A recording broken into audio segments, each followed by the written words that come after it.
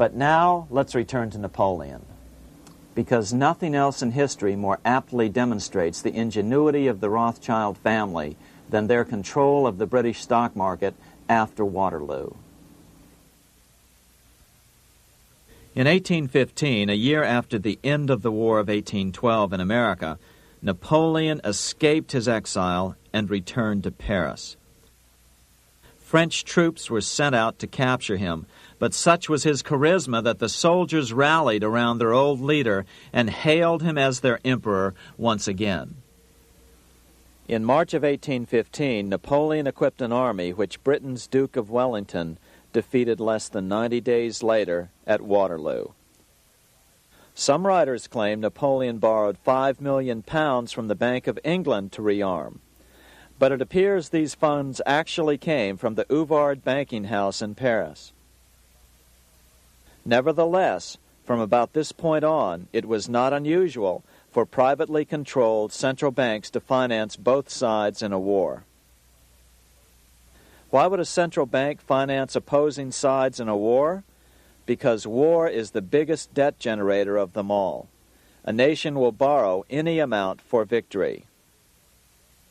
The ultimate loser is loaned just enough to hold out the vain hope of victory, and the ultimate winner is given enough to win. Besides, such loans are usually conditioned upon the guarantee that the victor will honor the debts of the vanquished.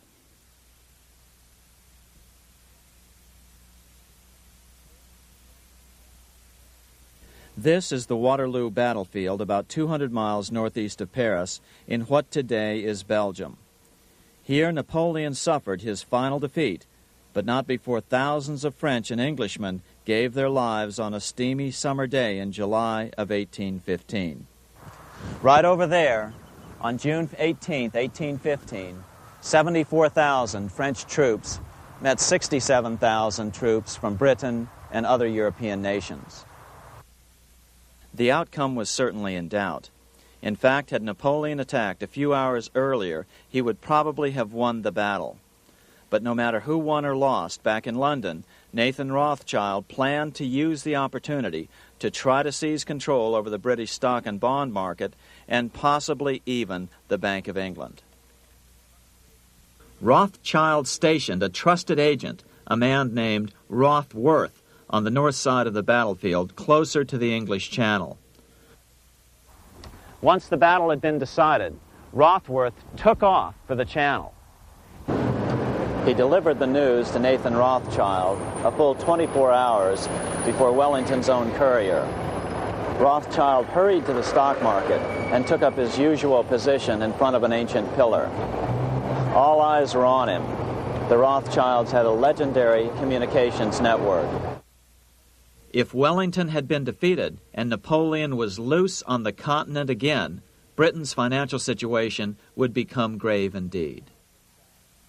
Rothschild looked saddened. He stood there motionless, eyes downcast. Then suddenly he began selling. Other nervous investors saw that Rothschild was selling. It could only mean one thing. Napoleon must have won, Wellington must have lost. The market plummeted.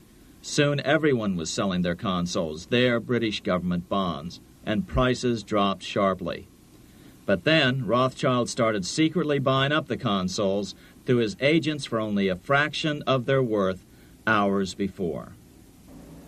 Myths, legends, you say? 100 years later, the New York Times ran a story which said that Nathan's grandson had attempted to secure a court order to suppress a book with this stock market story in it. The Rothschild family claimed the story was untrue and libelous, but the court denied the Rothschilds' request and ordered the family to pay all court costs. What's even more interesting about this story is that some authors claim that the day after the Battle of Waterloo, in a matter of hours, Nathan Rothschild came to dominate not only the bond market, but the Bank of England as well. Whether or not the Rothschild family seized control of the Bank of England, the first privately owned central bank in a major European nation and the wealthiest, one thing is certain: By the mid-1800s, the Rothschilds were the richest family in the world, bar none. They dominated the new government bond markets and branched into other banks and industrial concerns.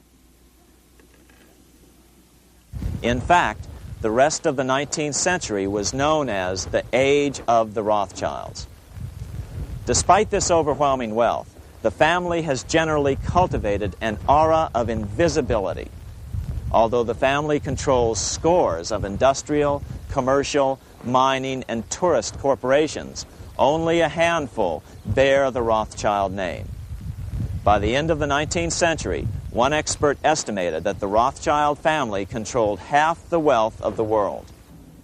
Whatever the extent of their vast wealth, it is reasonable to assume that their percentage of the world's wealth has increased since then. But since the turn of the century, the Rothschilds have cultivated the notion that their power has somehow waned even as their wealth increases.